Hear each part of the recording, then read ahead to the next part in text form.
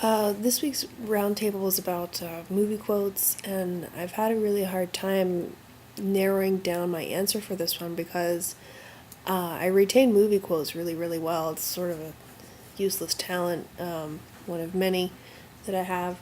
And I was thinking, what came to mind immediately was as I said in the comments of Stacy's Flashback Friday post about Oregon Trail a few weeks back, that one of my mottos in life is caulk the wagon, ford the river. And that was always an option in Oregon Trail when you came across a river and had to figure out how you're going to get across it.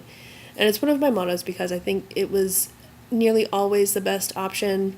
Going around the river was going to take you 5 weeks out of your way. I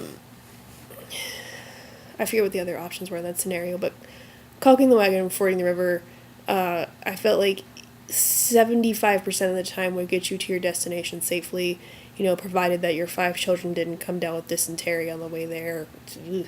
Um, and I think, just as a life philosophy, it has a certain amount of, you know, getting your affairs in order and going for it kind of spirit. My other ideas that I had tossing around for my favorite quotes were the argument that Brenda and Kelly have on Beverly Hills 90210 when they realize that they have the same dress for the spring dance. Which of course goes something like this. You said you hated it. You called it cheap and tacky. And you said you weren't going to buy it. Well, I changed my mind. Well, you're just going to have to go change. No, you're going to have to go change. Brenda, I am Spring Princess. Kelly, I don't give a damn. Thank you. I have a wealth of quotes from stuff like things in the chick flick canon, such as Steel Magnolias and Dirty Dancing.